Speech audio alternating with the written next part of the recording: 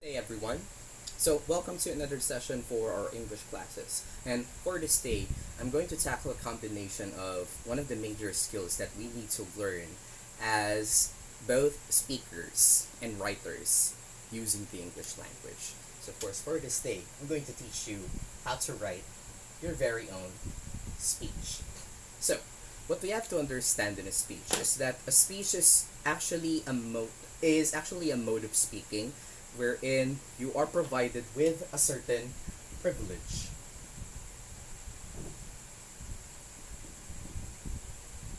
Writing a speech or delivering a speech is essentially a privilege in itself. Why? Because you're already given an opportunity to share what you think about a certain topic and to share what your thoughts are about a certain topic. So, when we conduct a speech or when we initially outline our speech, how do we write them and what ideas do we need to pay attention to?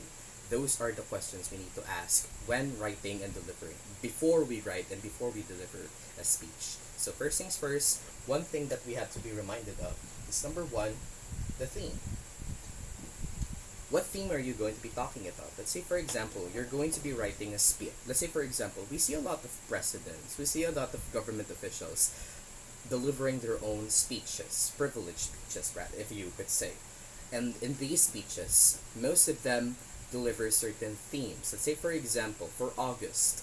August is usually a time for Buwan ng Wika, or the national month for the Filipino language itself. Filipino language, the ethno-linguistic groups that exist in the Philippines. August is essentially the time and the month to celebrate that. So, of course, if you're going to be delivering a speech in August, most probably you would be designated with a topic that involves language itself.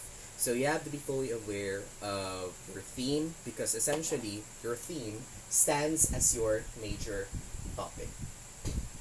So once you have your major topic in mind, all you have to do is number two, devise your thesis statement. So what is a thesis statement? I think you already encountered this in terms of essay writing, how to write essays and whatnot. Because a thesis statement is essentially what gives you a general overview of what the text will be presenting. And of course, in order for you to not end up having your listeners get bored of you and tired of listening at you because you're not really getting to a point exactly to the point, straight to the point. Usually a lot of listeners want to be hooked immediately before they even listen to a speech. So of course you have to make sure that you go straight to the point. You try not to start with inspirational quotes. Like for example, time is gold, says by blah blah blah anonymous yada yada. Love is like a rosary that's filled with that's cliche in itself. So a lot of people are already doing that, and so far I think only old people do that. And of course, this is the new time. This is what should I call it? This is a time wherein we have to improve, and a time where we have to be more clarified and more clear and more concise in delivering our statements. And we don't need any form of rhetoric to do that. And of course, with that being said, avoid using too much inspirational quotes as an opening for your speeches because ultimately you're gonna be sounding cliche. So what you do instead is provide yourself or provide your listeners with a comprehensive thesis statement in a sense that you're already providing what you're going to tackle about, what you're going to talk about in your speech. Let's say, for example, you're going to devise your speech into certain points. I'd like to address the following points: this one, and this one. You have to make sure that you develop an outline in order for you to elaborate further on them. Which leads me to point number three. Point number three takes more focus on using transitions and subtopics. So, highlight on the word transitions. When we say transitions, it's not just lining every sentence with each other and whatnot. The purpose of using proper transitioning is to make sure that you sound completely clear You need to sound clear as well as you need to sound consistently to the listeners. Otherwise, they would be weirded out just by listening to you. So you have to be aware of these cases because for one thing, not having good transitions would somehow prove itself not really effective for most of your public speeches. Let's say for example, if I'm going to talk like this, let's say I'm going to give a statement on why I love dogs. I love dogs because dogs are essentially those who accompany us during the hard times. Dogs are dogs are good at eating. Dogs are good at barking. You see how it transitions, the logic itself. You see how it transitions away from what you're going to develop supposedly in a certain straight line of thought by using or by not using transitions. Not only are you distracted as a speaker, but rather you're ending up weirding out your listeners. So you have to be aware of that. How would you do that? So of course we're going to use transition words. So of course the idea here is that from the thesis statement you start from a general point of view until you narrow it down further into certain specific points. And in these narrow points comes the subtopics. So of course, initially, upon taking down notes on how or on what your content of the speech is going to be, in terms of developing your own notes, you need to be aware of what certain specificities or specific topics would you be delivering to further elaborate on your thesis statement. Because what we have to protect in your speech is your consistency as well as your smoothness. By combining these two, we achieve a sense of smoothness in delivery, which by far is one of the major standards imposed and used by a lot of judges in extemporaneous speeches and impromptu speeches and whatnot. Smoothness is actually key to for them to determine whether a certain speech is properly delivered or a certain speech is mastered by the speaker. So you have to be aware of that. Now, after you organize your subtopics, now you go to your big punch. You go to your major points, you go to your major conclusions, you go to your major summaries. How would you end your speech? This is by far one of the hardest things to do because a lot of people who often write their own speeches, they end up not really ending that well. They only say thank you for listening to my speech. I'm already finished. That concludes my statement. Thank you very much. It sounds boring. It's like you gave it 100% in the thesis statement and your subtopics. You had this momentum of thought that riled up your listeners. And of course, all of those will go to waste if you end your speech with such a boring write up. So you have to make sure that even in the ending, it still sounds as good as possible. It still sounds as something that the listeners would end up remembering. You need to make sure that your speech is worth remembering. You need to make sure that all of your words can be summed up in your last statement, which leads me to point number 4.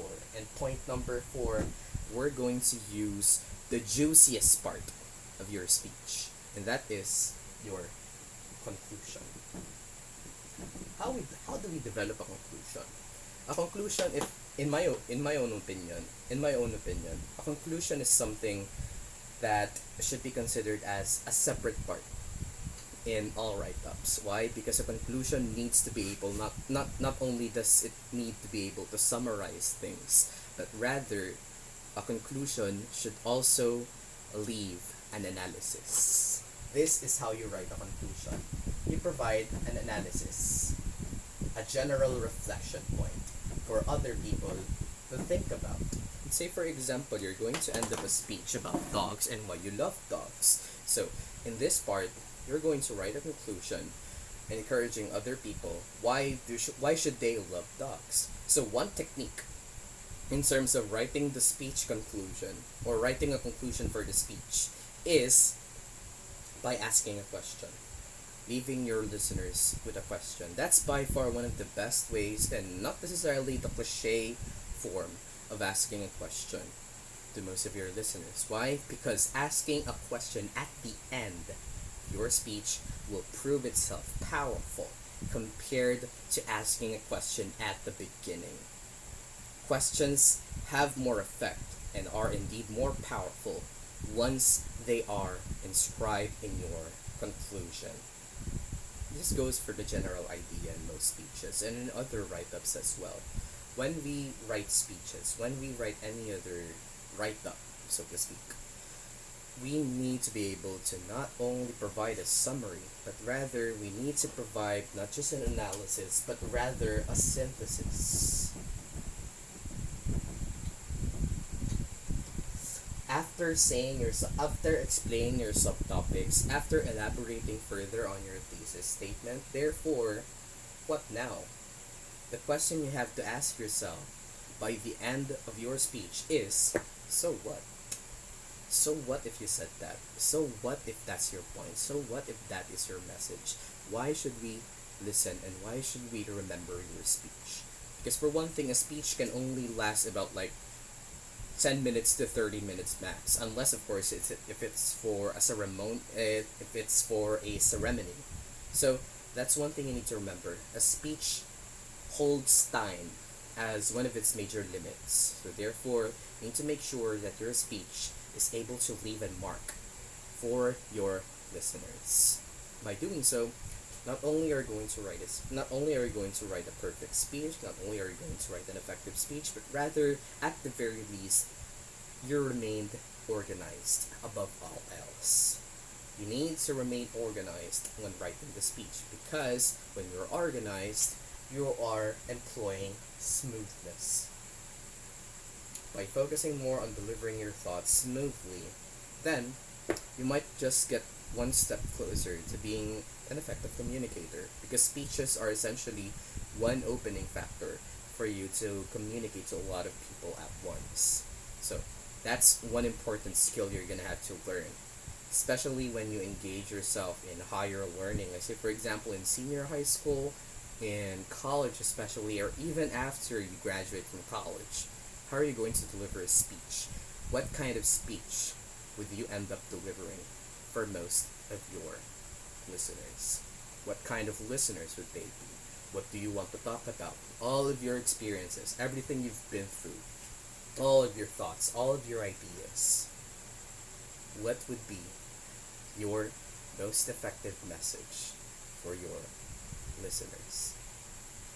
So, with that being said, you see how I did that? That's basically my conclusion. And it also signifies that I'm already concluding my statement. I could just end the speech by using that question alone. After that end quotation, thank you very much, have a wonderful day. Boom! That's one hell of a write up. That's one hell of a speech. That's going to leave your listeners clapping their hands and providing a standing ovation for you even. So that's one thing you need to remember when writing a speech. So of course, that being said, I'm not really just going to leave you by just giving you a certain topic. Of course, I'm going to provide an example of what a speech is and what a speech should sound like. So of course, before we go further, I'm going to provide you with a sample speech. So I want you to observe how I deliver my speech, how I make sure that my posture is correct, my eyes. I want you to observe how I control my mouth, how I control my hands, how I control my body. So in this case, I'm going to be delivering a speech while sitting down. So I want you to pay attention to that as well. Alright, so in the next clip, I'm going to talk in a certain speech. Good day, everyone. I'd like to extend my greetings to those who are currently listening in this speech, and I'd like to extend my greetings also to those who are currently listening to me, the esteemed colleagues, my friends, family, all the other listeners, and certain acquaintances. I welcome you for this program. So of course, for this day, I want to begin this speech by showing you a certain picture. This is essentially a picture that one of my students actually drew for me. So in this picture, usually I think the dominant point of view here is how I view it, how I provided an insight for what my student actually drew for me. So in this case, we see a man here that's filled with a lot of blue anguish to a point that he's trying to rip himself apart out of all the madness he's been through. So I think this picture itself represents what most people are going through nowadays. Most people are going through a lot of stuff. Most people are going through a lot of their own versions of sufferings, a lot of their own versions of misery and whatnot. So this leaves us paralyzed. That feeling of being not that feeling of not being able to do anything, that feeling of not being able to control anything anymore. That's mind breaking. It grinds our sanities into dust to a point that we end up not doing anything about it. And essentially, a lot of people would tell you that you're essentially just sabotaging your own happiness. When we sabotage our own happiness, we actually have this idea of always being mean to ourselves, always getting angry over what we failed to be, what we failed to accomplish, what we failed to do, what we failed to finish. All of those failures will eventually come on our minds as a bit of a regret. These miseries or these failures themselves are essentially what I would like to refer as an entry point for someone to be matured. For those people who are at the back, of course, I'd like to say mulat sa realidad, awakened by the realities of life. So that's how I would like to phrase that, because for one thing, I think sadness brings us closer on how we should grasp reality.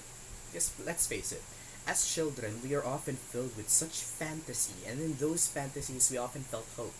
In those fantasies, we often felt a lot of things that we could do and that we can do. We believed that we could do it by simply fantasizing about doing it. It becomes real for us. That gives us hope at the very least. Childish hope, I think, is so powerful that it motivates even children to become what they want to become, to do what they want to do. It provides them with such a high level of confidence to a point that anything or any obstacle whatsoever becomes possible for them. The only thing is, the only thing is, as long as this child gets to experience a lot more birthdays, he ends up realizing that these birthdays are getting sadder every single day of his life. Every single year that passes by, all of these birthdays are getting sadder by every moment. Every year that he gets to live and experience these birthdays, he often gets sadder. Why do we have to feel sadness? That's one thing we have to understand. Why do we have to embrace sadness in ourselves? Because a lot of people are actually have this misconception that when someone is sad about something, they tell us to just snap out of it like it's easy. But it turns out it's not, because sadness is essentially something that sticks in your mind, and it's so deeply rooted inside your brain that you're not really able to do anything about it. So how are we going to face that? We face that by actually facing it and looking at it in the eye and declaring that yes, I can cry, I can be as vulnerable, I can become as vulnerable as I could get. But what matters is, I'm still not giving up. I'm still not succumbing entirely in sadness, because for one thing, I haven't really asked to escape from you. I didn't ask to escape from sadness. Rather, I learned how to embrace this. I learned how to reflect with my emotions even more so. I learned how to observe my environments better because of that sadness. And because the curse of sadness provided me with a gift of maturity, I see the world clearly. I see the world clearly now. Through that lens of sadness that we have, I see the world clearly. That it doesn't necessarily provide everything that we want. Doesn't necessarily provide anything that we expect. Rather, life can be so unpredictable, so cruel, so merciless, to a point that it leaves you nothing. And that's okay. I think that's okay. Because for one thing, I think in that period of darkness, in that time that we are alone, that time that we find ourselves lost, we appreciate the little things that makes us smile. We appreciate every little factor of all of these events that at least gives us a sense of satisfaction about something, a sense of happiness about something. We celebrate joy even more so because for so long we've just experienced a lot of misery. We go all out and cherish happiness when it finally comes, when it finally approaches us, when it finally gives us an opportunity to be happy, to be so. That's one of the best experiences, to go all out on happiness and cherish every single second of it. I think that's the best one so far that we could do. We face sadness in order for us not to expose ourselves to trauma, not to prove ourselves as strong, but rather, I think we experience sadness because essentially that's our only way to determine how strong our spirits are. The fact that we are not as fortified as a mountain, we're not as steady as a mountain, we often bend. And by bending, we don't necessarily fall. We don't necessarily get destroyed. Because ultimately, we get to live to see another day. By living to see another day, we get to have another day to prove that these forms of misery will not dominate us fully. So that's what I think in terms of loving yourself even more so. In times wherein sadness dominates reality, your best weapon lies here. How would you love yourself even further? How would you define how you love yourself so much? How would you define having this pride of winning your small battles while facing even more challenges in the future? How do we have this braveness to still celebrate happiness while being exposed to a reality that's so cruel and merciless? I think that's the best. I think that's the best factor for all of us humans. Our tenacity for being happy, our will to be happy, our longingness to become happy at the very end of it. So I think, given that given that most of us are already facing a lot of challenges, given that most of us are already facing a lot of failures, and indeed we will be facing even more so in the days to come. After this speech, you're going to be walking out and you're not going to be feeling any better. You're not going to be feeling like I can dominate the world. No. You have to face reality. You have to face the reality that whatever we do, we end up not being okay and wanting for more. Whatever we do, we end up being just sad. And that's okay. Why? Because at the very least, now you know that there are other people who approach sadness in their own ways. And we only differ by our ways. And what makes us similar and what unites us all in our idea and our call to be happy is simply our goals to be happy. So that's my message for this day. I want everyone to understand how it is to love yourself, to fully respect yourself, to make sure that every single one of us gets to be gets to provide himself the version of happiness that he or she wants to achieve in the future. Thank you very much for listening. Have a nice day.